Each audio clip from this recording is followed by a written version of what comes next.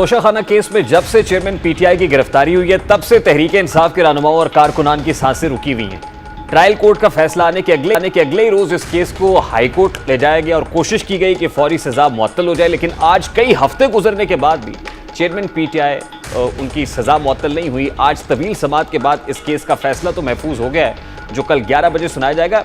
ये फैसला बानी तहरीक इंसाफ के हक में आने के बावजूद भी उन्हें जल्दी को रिलीफ मिलता हुआ दिखाई नहीं दे रहा है, क्योंकि इतलात है कि एफआईए की एक टीम अटक में डेरे डाले हुए है, जो कि तोशाखाना केस में सजा मुअत्तली का फैसला आते ही चेयरमैन पीटीआई को साइफर केस में गिरफ्तार करेगी। इस पैटर्न से वाज़ेह होता है कि बानी पीटीआई एक केस में बरी हो गए तो दूसरा केस उनकी राह में रुकावट होगा। इसी तरह तीसरा और चौथा और दीगर दर्जनों केसेस उनको एक के बाद एक गिरफ्तार किया जाएगा।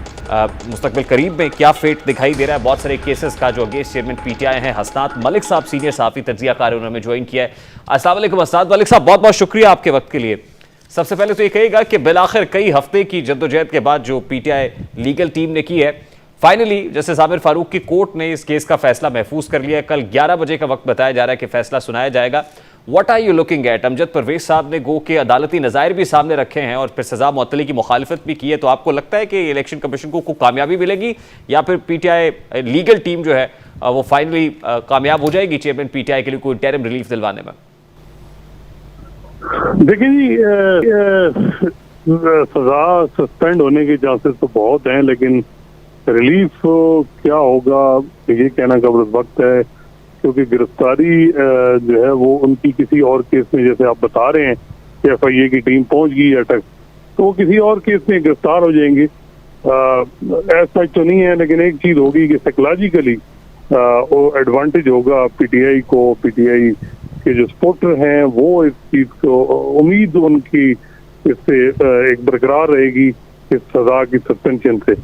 तो ये भी एक इन हालात में जो है वो पीटीआई के वर्कर सपोर्टर की उम्मीद बरकरार रहना, ये भी बड़ी एक उनके लिए सिग्निफिकेंट है। बाकी जो है वो सजा सस्पेंड होगी तो डिस्क्वालिफिकेशन जो है वो खत्म नहीं होगी।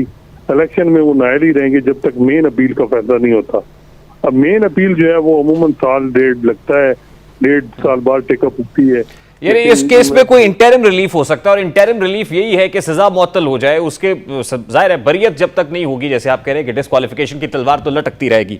उसके बाद आप क्या देख रहे हैं? जैसे अभी साइफर केस है, फिर अस्करी टावर हमला केस के अंदर भी नामजद कर दिया गया है, जिना हाउस अटैक के अंदर भी वो नामजद हैं, तो क्या फेट देख रहे हैं? मतलब कितनी देर तक ये मामला कम अज कम आपको लगता है कि बिहाइंड द बार्स ही रहेंगे चेयरमैन पीटीआई? देखिए, एक तो चीफ जस्टिस बंदयाल के पास 3 हफ्ते हैं, कोई वो बड़ा रिलीफ दे दे उसके चांसेस कम है।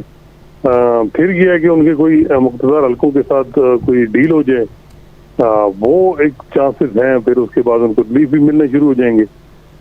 तीसरा मामला है वो ये है कि जी इसी तरह वो अपनी स्ट्रगल यानी वो अपने जेल में रहें और वो कंटेस्ट करें इस केसेस को और कुछ टाइम का वेट करें। अब देखना होगा कि मेरा ख्याल है कि अब जो है वो जब इतलात है कि नवाज शरीफ भी आ रहे हैं और उनके केसेस भी खत्म होंगे, तो उसका फिर ये भी होगा कि फिर इमरान खान के केसेस भी खत्म करने होंगे। ये नहीं हो सकता कि एक साइड के आप नहीं, उससे ऑप्टिक्स अच्छे नहीं जाएंगे। देखिए, इस वक्त 2 ऑफिसेस के बारे में कहा जाता है ना कि वो सहूलतकारी कर रहे हैं, एक बंदयाल साहब की कोर्ट से मुतालिक और दूसरा प्रेसिडेंट ऑफिस के बारे में एक तासुर दिया जाता है पॉलिटिकल स्टेक होल्डर्स की तरफ से। तो उबरता बंदयाल साहब का वक्त तो बहुत कम दिन रह गए हैं, क्या रिलीफ तो दे सकते हैं आप? एक तासुर है कि वो दे सकते हैं, क्या रिलीफ पहुंचा सकते हैं चेयरमैन पीटीआई को? देखिए, सहूलतकारियां हर दौर में रहती हैं। कभी कोई जो इस्लाम पे लंदन चले जाते हैं, कभी जो वो बाद में इनको भी हो जाता है मामला। देखिए, वो चीफ जस्टिस बंदयाल साहब के पास ऑप्शन कम है। वो एक ये हो सकता है कि जी अगर सजा सस्पेंड है तो वो ये सवाल उठा सकते हैं कि जी ये जो दूसरे केसेस हैं ये इसमें टेक्निकल बुनियादों पे उनकी सजा मुअत्तल हुई, उनकी जो जमानत है वो डिसमिस हुई है, जमानत दोबारा उनको दे दी जाए और उनको मौका प्रोवाइड किया जाए कि वो प्रॉपर फोरम पे जाएं। लेकिन वो उसके चांसेस भी कम हैं। मेरा ख्याल नहीं है कि चीफ जस्टिस बंदयाल साहब इस पोजीशन में होंगे, क्योंकि बड़ा रिलीफ ठीक, इमरान तो खान को दें। लेकिन हो सकता है लास्टली आजाद मलिक साहब, ये जो कंसर्न क्वार्टर्स के साथ राब्ता है, राब्ताकारी है, या जिसको कबूलियत कहते हैं, आपके सोर्सेस क्या कहते हैं? वहां को बातचीत हो रही है रिलीफ के हवाले से? देखिए, अभी तक तो मेरा नहीं ख्याल कि कुछ इतलात खबरें छपी हैं, चली हैं, लेकिन मेरा नहीं ख्याल कि ऐसी चीज कोई हो रही हो। लेकिन एक बात यह है कि जो केयर टेकर दौर में ये जो बिजली के बिल आए हैं और जो ये पिछली हुकूमत भी जो कोई इतनी अवाम में पॉपुलर नहीं रही है, तो उसका अल्टीमेट जो है वो एडवांटेज तो होगा पीटीआई के चेयरमैन को भी और पीटीआई को भी।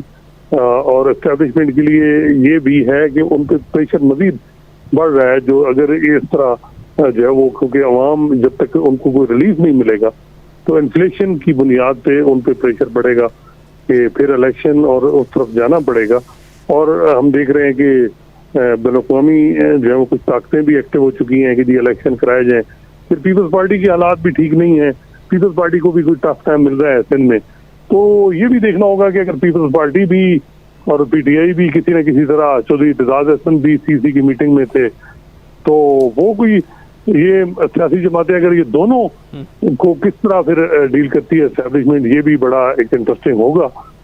लेकिन जो है वो बज़ाहिर ये लग रहा है कि इस वक्त जो हालात यानी पॉलिटिक्स जो है वो हैं, इंटरेस्टिंग फेज में दाखिल हो गई और ग्राउंड रियलिटीज बड़ी तेजी से तब्दील हो रही हैं। हसनात मलिक साहब, बहुत बहुत शुक्रिया